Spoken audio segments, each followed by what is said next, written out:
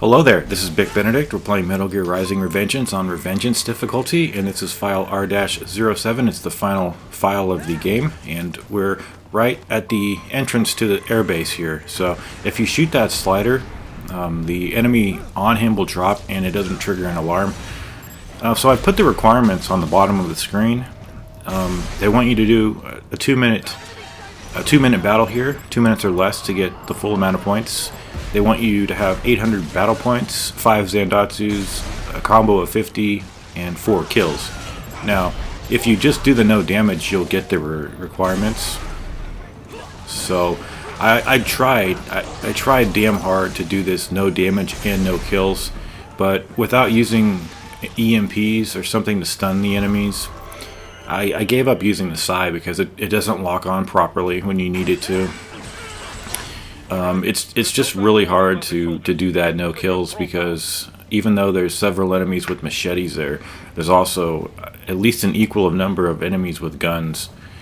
So this chapter, I have to say, it's really fucking difficult. Armstrong, there's always a part of me that when I can't do something, there's always a part of me that just says give up.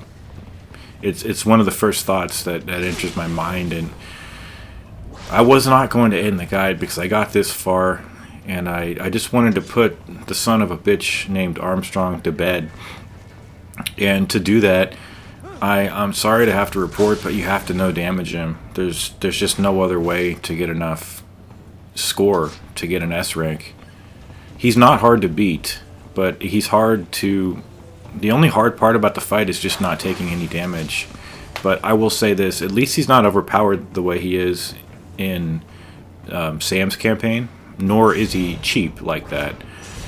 I had to start this chapter over here because of a couple of things, one of which is that the battle with Excelsus, it carries over, even though the battles that are coming up are broken by checkpoints and cinematic cutscenes. Everything will carry over, like your performance. You can't just damage the third phase of Armstrong and expect to get the no damage. You have to no damage all 3 of his phases. And likewise, your battle points are going to be carried over from the first of the 3 battles with Armstrong, because you don't accrue any in phase 2. So I did all this section without getting detected. And I also did the 3 enemies outside without getting detected, but I lost my footage because I wanted to restart this. So I think I take care of everybody in here, and the only reason I'm including this is just to have enough time to preface the all the business about the Excelsus and Armstrong. So I did what I thought was pretty clever, kind of unnecessary, perhaps, in the grand scheme of things, but when I look at my score sheet for the end, I don't think that what I did was being too prepared. I think it was actually pretty smart. What I'm going to be doing is getting the 100-hit combo that you need on Armstrong in phase 1 of the battle, when you can actually switch your weapons, and I'm going to equip my completely downgraded wooden sword, so that when I start hitting him and comboing him with using a blunt weapon, it's not going to cut him and put him out of the stun. So it's just kind of like you're going to be bashing him with a styrofoam pole. You know, it's one of those things. So so not only that, you don't get that many battle points for it, but you do get the requirement for the combo, and then in the phase 3 you can also do another combo for another 100 battle points. So it took me about, I'm going to say, half of a day at least to get Armstrong down, and that's just added up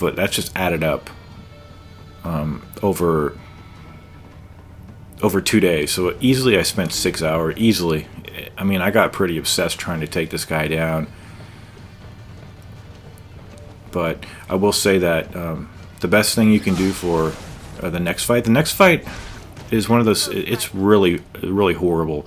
Not the first phase, but the second phase, because what they do is they throw geckos at you, and what they also do is, do you know that the do you know the quick time events that you do with the geckos? For instance, when they bull rush you and then you're tapping the Y button, or the other ones, they remove the iframes from those. So if you get hit by the laser beam, you get damaged. And I did the first section with Excelsus taking no damage, and I performed as perfectly as a human being could perform, and I did get the S, but I lost the footage. Like I said, I lost all this footage, and I had to do it over again. And it's a pretty messy fight, but I just wanted to prove that you don't have to do that part no damage as long as you get enough battle points and combo. So we're shortly going to be on that engagement, and Platinum Games, they really, I mean, I still can't get over that I spent $6 for this game, and it's given me almost 150 hours worth of just pure enjoyment, challenge, and I'm really looking forward to doing my Naked and Unloved guide.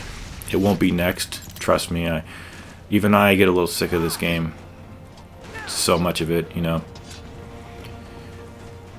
So we're gonna get the last man in the box over here. So you should have the wooden sword, but we don't need to discuss it right now.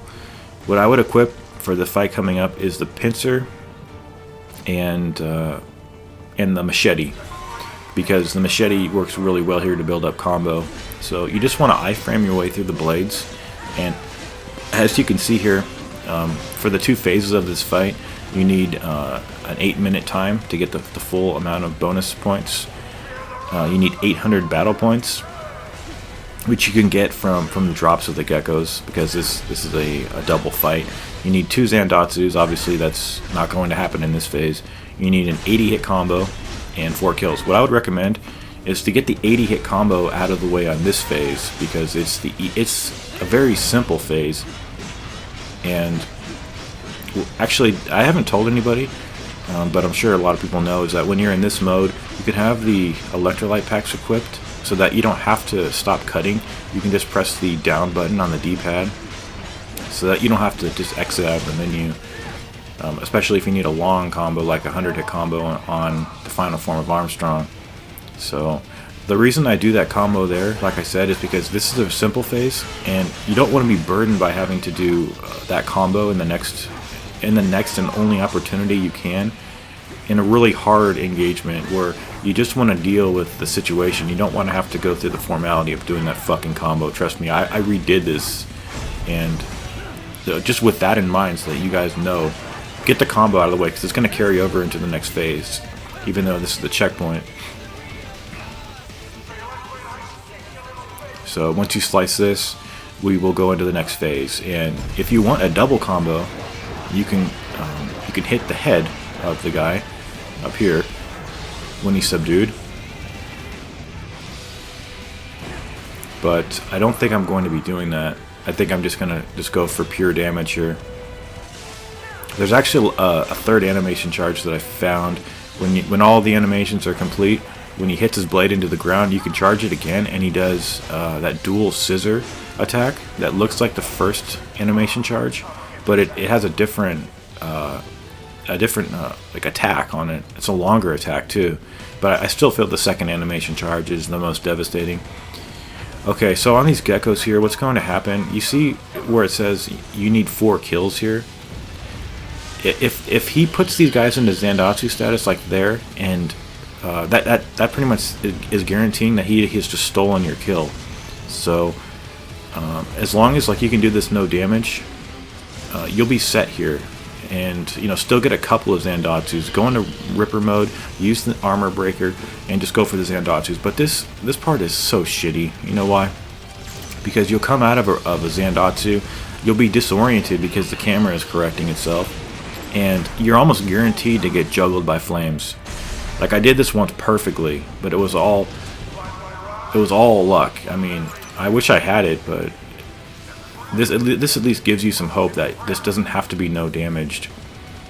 So get his okay. So what you need to do, if he's stealing all your kills, at least get the 2 Zandatsus. You got the 80 hit combo. You can easily do this in under 8 minutes. Battle points are accumulated by the parts that you sever, and also the pickups, the drops from the geckos. And unfortunately, every time you await your score, you have to go through this process. It's really laborious. And anyway, so just keep cutting as many parts as you can, and do the quick time events. Get a checkpoint here. You can back your save up if you want, if you're not confident in doing these quick time events, but they came up so frequently for me that I just memorized them and was able to press them really quickly. The only thing to note over here is that when you're able to do the Zandatsu with this huge blade, you want to do a horizontal and a vertical cut, because then you'll get the bonus points for doing both of those angles of the slice. You'll barely be able to see, like, when you'll see some numbers coming in at the very end of the video, of this video clip.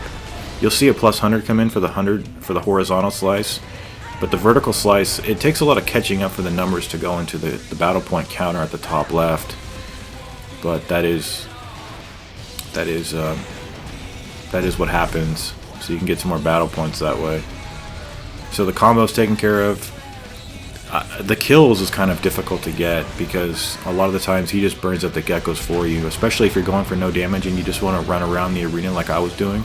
You see, we only got 1 kill, but we have enough Zandatsus, we got the combo, we got enough battle points, and no damage. But no damaging that would have really, no damaging that, excuse me, would have really set us back. We would have had to have done it over again. Okay, so see what I'm doing here with the wooden sword? I'm building up that 100 hit combo that I need. And then you need a 100 hit combo either here or in phase 3.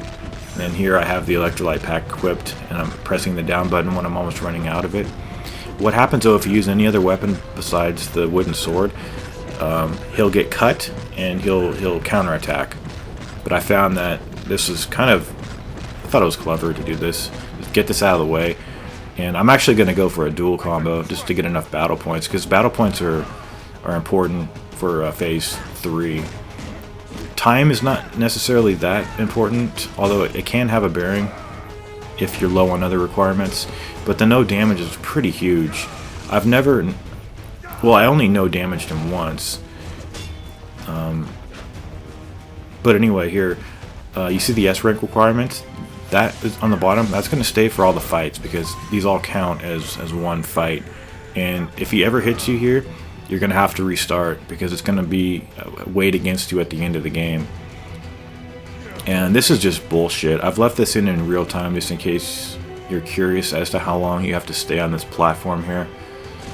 But we have a new little flip attack that we can do now, and it has iframes. So if you want to iframe your way through his attacks, don't try to iframe your way through the grab, because this guy is it's just way too many animations for you to go through with the flip.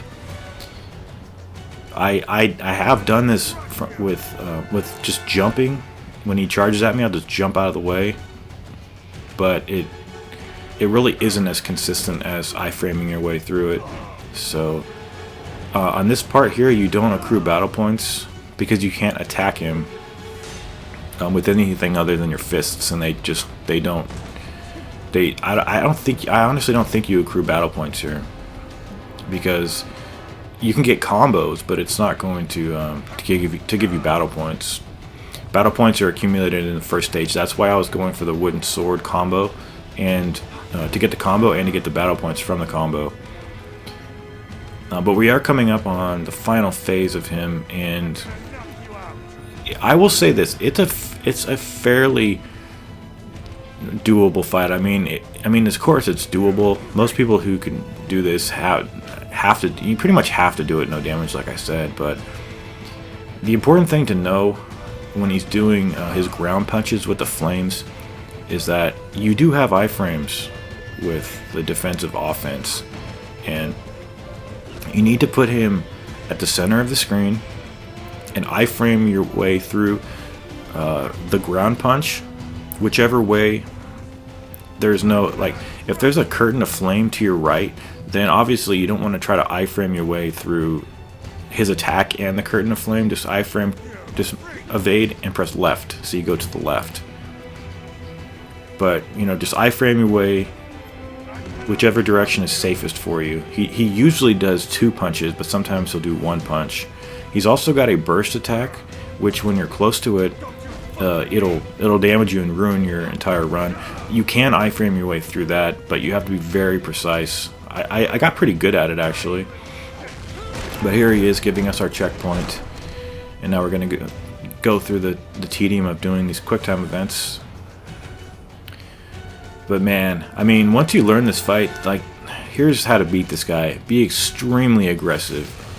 Be very liberal. Like, keep using your heavy attack. That stuns him a lot quicker. Like, you just want to be on this guy's ass all the time. All day, every day. And I always avoid the Zandatsu when he throws the refuse at you, because it's, if any, I don't know anybody who can do those quick time events. They're just way too precise, and you can ruin your run. So the first thing he's going to do when he comes up here for the fight is he's going to do those ground punches.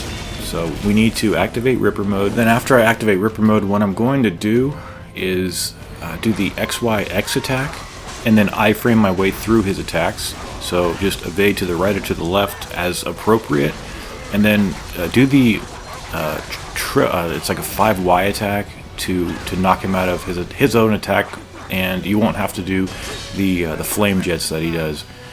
You can actually jump in the air when he does that. Just make sure you don't screw these quick time events up. What I do is I pause for it so that I don't miss these. And I would just say, like, the heavy kick is really helpful here, because if you keep doing that to him, he gets stunned very often.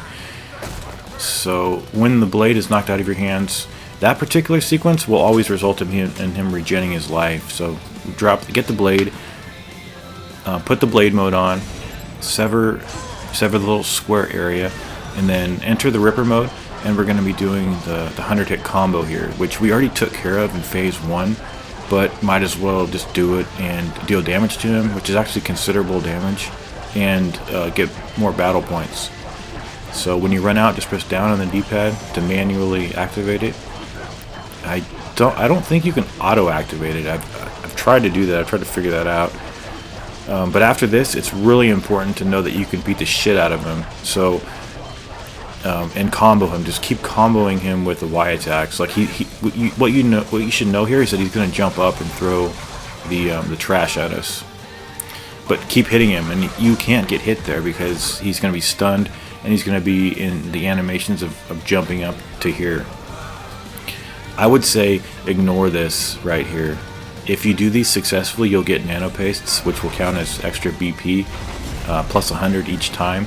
And also, when he does it for the first time, you can when he jumps back down, you can hit him as many times as you possibly can without any threat of him doing anything. But what I was saying a minute ago is that you can use the surplus nano pastes to get 100 more battle points, but those quick time events, they're just way too risky. So when he comes down here, you've got to watch out for his grab, which when it glows, you can't even wait for him to, like, there's no animation of him like starting to run. That's the sad thing. It just grabs you, so you have to you have to dodge very early.